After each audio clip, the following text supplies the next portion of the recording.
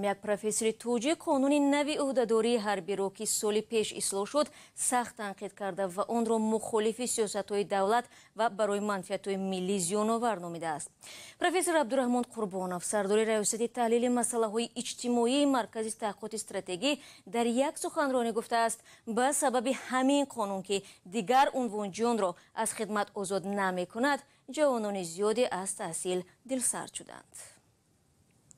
همکار میرزانبی خالقزاد متن معروضه پروفسور عبدالرحمن قربانوف را دید و حالا در استودیو درباره من است. درود بر شما. خب نکات مهمی که دانشمند توجیک در معروضه خود آورده است کدام هایند؟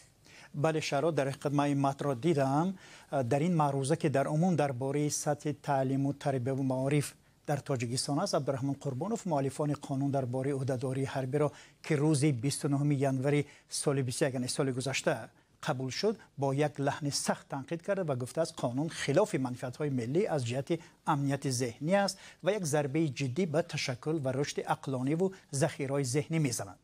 برعکس قانون‌های قبلی، حالا بر اساس قانون سال یعنی گذشته مقامات حق دارند مثلا یک عنوانجویی را که به تحقیق مشغول است، یک عالم جوان را به ارتش برند و تحقیقش نمکاره ماند.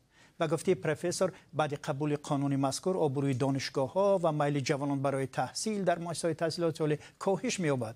به سبب همین قانون به گفته عبدالرحمن قربانوف از میان تقریباً 65,000 نفری که از امتحان گذشتند و دانشجو شدند اندکی کمتر از 12,000 نفر به درس نآمدند. به گفته وی به خدمت حربی جلب نمودن محصلین ماجستراتور و دکترانتور برای ساحه علم و معارف خصوصا امنیت ذهنی کشور عاقبت‌های پیشگویی نشونده و فلاکتبار خواهد داشت. آیا دانشمند توجیک پیشنهادی برای اصلاح وضع کرده است و یا فقط مشکلات را بیان کرده است و خلاص؟ بله ببینید شالا عبدالرحمن قربانوف مؤلفان قانون درباره عهدهداری حربی را تنقید کرده. گفته است البته آنها میخواهند تاجیکستان یک ارتش توانان داشته باشد ولی این ارتش را نباید از حساب ویران و ضعیف کردن نظام معارف علم و تعلیم و پرورش بسازند.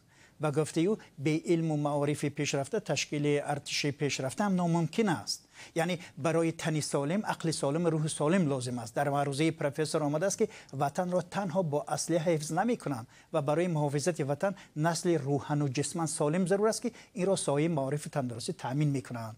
عبدالرحمن قربانوف همچنین پیشنهاد کرده است که بندهای مربوطه قانون که عنوان جویان را از خدمت آزاد نمی کند اصلاح کرده شود چون که مناسبت نسل کلانسال و جوانان را از علم و تحصیلات عالی دور می کند. در واقع بعد قبول قانون نو درباره عهدهداری حربی اکثریت فکر میکردند که ابلاغ و یا جلب مجبوری جوانان به ارتش دیگر با همین کم می شود ولی برعکس سال گذشته از این مثلا داغتر شده بود.